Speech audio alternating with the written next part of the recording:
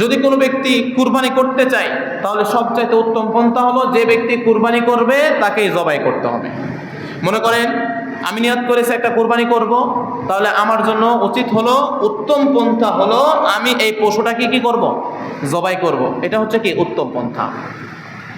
পক্ষান্তরে আরেকটি পন্থা আছে, সেটা হলো কি, যেটা আমাদের সমাজের ভিতরে বা আমরা করে থাকি সহজের কারণে, কারণ আমাদের জানা নাই যে কুরবানি করতে গেলে একটা দোয়া পড়তে হয়, সে দোয়াটা আমাদের জানা নাই হয়তোবা।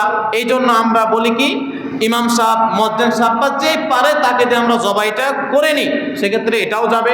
আপনারা চাইলে এটাও করতে পারেন, কিন্তু উত্তম পন্থা নিজের কুরবানি নিজেই জবাই করা, এটা হচ্ছে উত্তম পন্থা। এখন যদি আপনি কারো কাছ থেকে করায় নেন, এই জায়গাতে কিন্তু শব্দ একটা থাকে। সে কিন্তু শব্দটা হলো, আপনি করায় নেবেন, অবশ্যই আপনাকে উত্তম পারিশ্রমিক দিয়ে করায় নিতে হবে।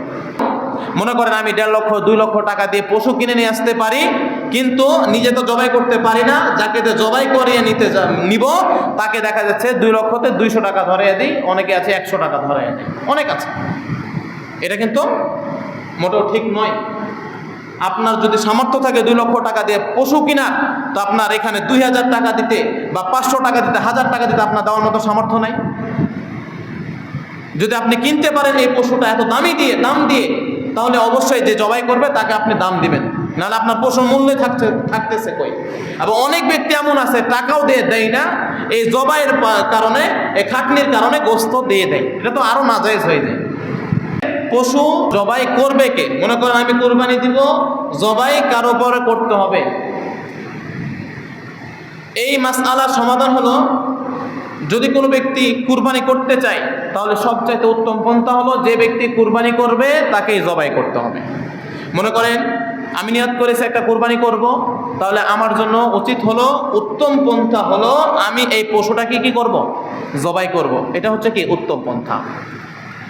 পক্ষান্তরে আরেকটি পন্থা আছে, সেটা হলো কি, যেটা আমাদের সমাজের ভিতরে বা আমরা করে থাকি সহজের কারণে, কারণ আমাদের জানা নাই যে কুরবানি করতে গেলে একটা দোয়া পড়তে হয়, সে দোয়াটা আমাদের জানা নাই হয়তোবা। এই জন্য আমরা বলি কি, ইমাম সাহেব, মুয়াজ্জিন সাহেব বা যে পারে তাকে দিয়ে আমরা জবাইটা করে নিই, সেক্ষেত্রে এটাও যাবে।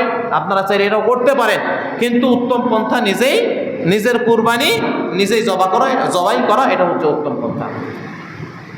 এখন যদি আপনি কারো কাছ থেকে করায় নেন, এই জায়গাতে কিন্তু শব্দ একটা থাকে। সে কিন্তু শব্দটা হলো, আপনি করায় নেবেন, অবশ্যই আপনাকে উত্তম পারিশ্রমিক দিয়ে করায় নিতে হবে। আমাকে আপনি দিয়ে করায় নেবেন, আমি টাকা বেশি পাবো এই জন্য বলতেছি না।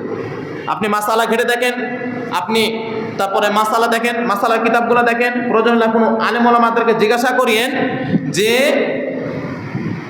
যাকে দিয়ে আপনি জবাই করে নেবেন তাকে আপনার পারিশ্রমিক দিতে হবে কিনা। অবশ্যই আপনাকে পারিশ্রমিক দিতে হবে, কিন্তু আজকে আমাদের ভিতরে এই জিনিসটা কিন্তু দেখা যায়, এই জিনিসটাতে এসে দুর্বলতা আমরা প্রকাশ করি। কেমন? মনে করেন আমি 1.5 লক্ষ 2 লক্ষ টাকা দিয়ে পশু কিনে নিয়ে আসতে পারি, কিন্তু নিজে তো জবাই করতে পারি না, যাকে জবাই করিয়ে নিব তাকে দেখা যাচ্ছে 2 লক্ষতে 200 টাকা ধরিয়ে দিই, অনেকে আছে 100 টাকা ধরিয়ে দেয়, অনেক আছে। এটা কিন্তু মোটেও ঠিক নয়। আপনার যদি সামর্থ্য থাকে 2 লক্ষ টাকা দিয়ে পশু কিনা, তো আপনার এখানে 2000 টাকা দিতে বা 500 টাকা দিতে, 1000 টাকা দিতে আপনার দেওয়ার মতো সামর্থ্য নাই। যদি আপনি কিনতে পারেন এই পশুটা এত দাম দিয়ে, তাহলে অবশ্যই যে জবাই করবে তাকে আপনি দাম দিবেন, নাহলে আপনার পশুর মূল্যে থাকতেছে কই। এবং অনেক ব্যক্তি এমন আছে টাকাও দেয় না, এই জবাইয়ের কারণে, এই খাটনির কারণে গোস্ত দিয়ে দেয়। এটা তো আরো নাজায়েজ হয়ে যায়। এই গোস্ত দেওয়া যাবে না। অর্থাৎ কুরবানির পশুর বা কুরবানির যে কাজগুলো করবে, অর্থাৎ মনে করেন জবাই যে করবে অথবা যে খালায় দিবে বা গোস্ত বানায় দিবে, যেই করবে না কেন, তার পারিশ্রমিক হিসাবে আমরা গোস্ত দিতে পারবো না। হ্যাঁ, আপনি যদি তাকে খুশি হিসাবে খুশি হয়ে তাকে গোস্ত খেতে দেন, সাথে তার পারিশ্রমিক দিলেন, মনে করেন 1000 দিলেন, 500 দিলেন, 1000 দিলেন, বা আপনি তারও বেশি দিলেন, দিয়ে আপনি তাকে কিছু গোস্ত দিলেন যেটা আপনারা খান। এই গোস্ত দেওয়াটা এটা আপনার ব্যক্তিগত ব্যাপার, কিন্তু পারিশ্রমিক দেওয়া এটা কিন্তু আপনার জরুরি। পারিশ্রমিক যদি আপনি বাদ দেন তাহলে কিন্তু আপনার কুরবানি হবে না। এই জন্য আমি বলতে চাই, জবাইয়ের ক্ষেত্রে সর্বপ্রথম উত্তম পন্থা হলো আপনারা নিজে জবাই করবেন। যদি না পারেন, দোয়া পড়তে যদি না পারেন, তাহলে আপনি যদি যাকে দিয়ে করায় নেন তার উত্তম পারিশ্রমিক দিয়ে আপনারা কোরবানি করায় নেবেন, অন্যথায় দরকার নাই।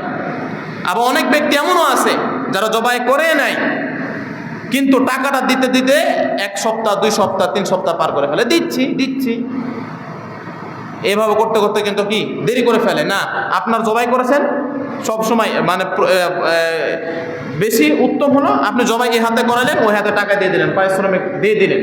আর যদি আপনি তখন না দেন, অন্তত কাজ কাম সেরে সেই দিনের ভিতরেই দিয়ে দেওয়া। কিন্তু অনেক ব্যক্তি আছে 7 দিন যায়, 1 সপ্তাহ যায়, কোনো খোঁজ খবরই নেই। জবাই যে করে যেই করে কোনো খোঁজ খবরই পাওয়া যায় না। প্রিয় হাজরিন, দেখেন এখানে আমার ইনকামের জন্য আমি কিন্তু বলতেছি না, আমি এখনো বলতেছি আপনাদেরকে আপনারা নিজে জবাই করেন। যদি আমাদের কাছ থেকে জবাই করে নিতে হয় তাহলে অবশ্যই পারিশ্রমিক দিয়ে করে নিতে হবে। এটা হচ্ছে মাসালা, যেটা বিধান, সেই বিধানটা আমি আপনাদের সামনে বলতেছি, লোভের কারণে আমি বলতেছি না। তাহলে আমরা আশা করি বুঝতে পেরেছি এই মাসালাটা।